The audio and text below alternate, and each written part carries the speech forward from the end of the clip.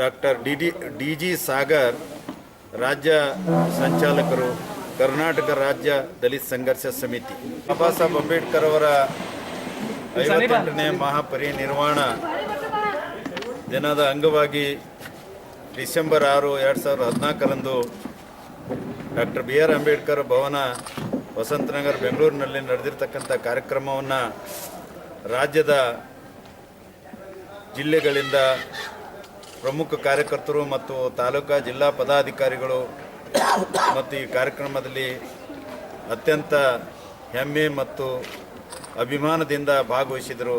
ಅತ್ಯಂತ ಒಂದು ಯಶಸ್ವಿಯಾಗಿರ್ತಕ್ಕಂಥ ಈ ಒಂದು ಸಮರ್ಪಣಾ ಸಮಾವೇಶವನ್ನು ನಡೀತು.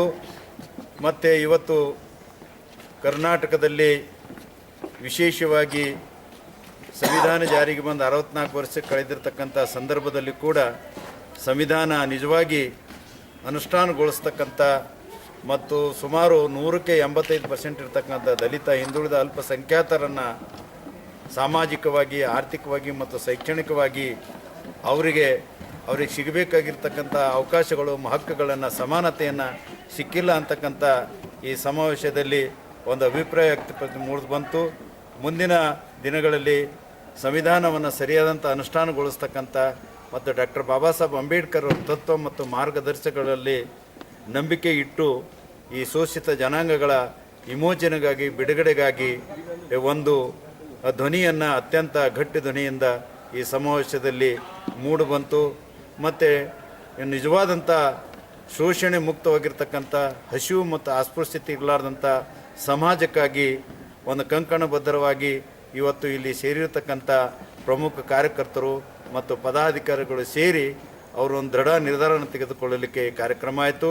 ಈ ಕಾರ್ಯಕ್ರಮದಲ್ಲಿ ಮುಖ್ಯ ಅತಿಥಿಗಳಾಗಿ ನಮ್ಮ ಸಮಾಜ ಕಲ್ಯಾಣ ಸಚಿವರಾಗಿರ್ತಕ್ಕಂಥ ಆಂಜನೇಯವರು ಮತ್ತು ಜಿಲ್ಲಾ ಪಂಚಾಯತಿನ ಅಧ್ಯಕ್ಷರಾಗಿರ್ತಕ್ಕಂಥ ಡಾಕ್ಟರ್ ಪುಷ್ಪಾ ಅಮರನಾಥ್ ಅವರು ಮತ್ತು ಬಸಣ್ಣ ಚಲವಾದಿಯವರು, ಅಧ್ಯಕ್ಷರು, SC/ST ಆಯೋಗದ ರಾಜ್ಯ ಅಧ್ಯಕ್ಷರು ಮತ್ತು ಭೂಸೇನಾ ನಿಗಮದ ರಾಜ್ಯ ಅಧ್ಯಕ್ಷರಾಗಿರ್ತಕ್ಕಂಥ ಸಿರ್ಸೈಲ ಅವರು, ಈ ಎಲ್ಲರನ್ನೂ ಕೂಡ ಈ ಒಂದು ಸಮಾರಂಭದಲ್ಲಿ ಪ್ರಮುಖವಾಗಿ ಭಾಗವಹಿಸಿ ಅತ್ಯಂತ ಅಮೂಲ್ಯವಾಗಿರ್ತಕ್ಕಂಥ, ಮೌಲ್ಯವಾಗಿರ್ತಕ್ಕಂಥ ವಿಚಾರಗಳನ್ನು ಹೊಸ ಸಮಾಜ ಕಟ್ಟಲಿಕ್ಕೆ ಮತ್ತು ಶೋಷಣೆ ಮುಕ್ತ ಸಮಾಜವನ್ನು ಕಟ್ಟಲಿಕ್ಕೆ ಮಾರ್ಗದರ್ಶನ ನೀಡಿರ್ತಕ್ಕಂಥದ್ದು ನಮ್ಮ ದಲಿತ ಸಂಘರ್ಷ ಸಮಿತಿ ನಿಜವಾದಂಥ ಶ್ಲಾಘನೀಯವಾಗಿರ್ತಕ್ಕಂಥ ಈ ಕಾರ್ಯಕ್ರಮವನ್ನು ನಡೆಯಿತು.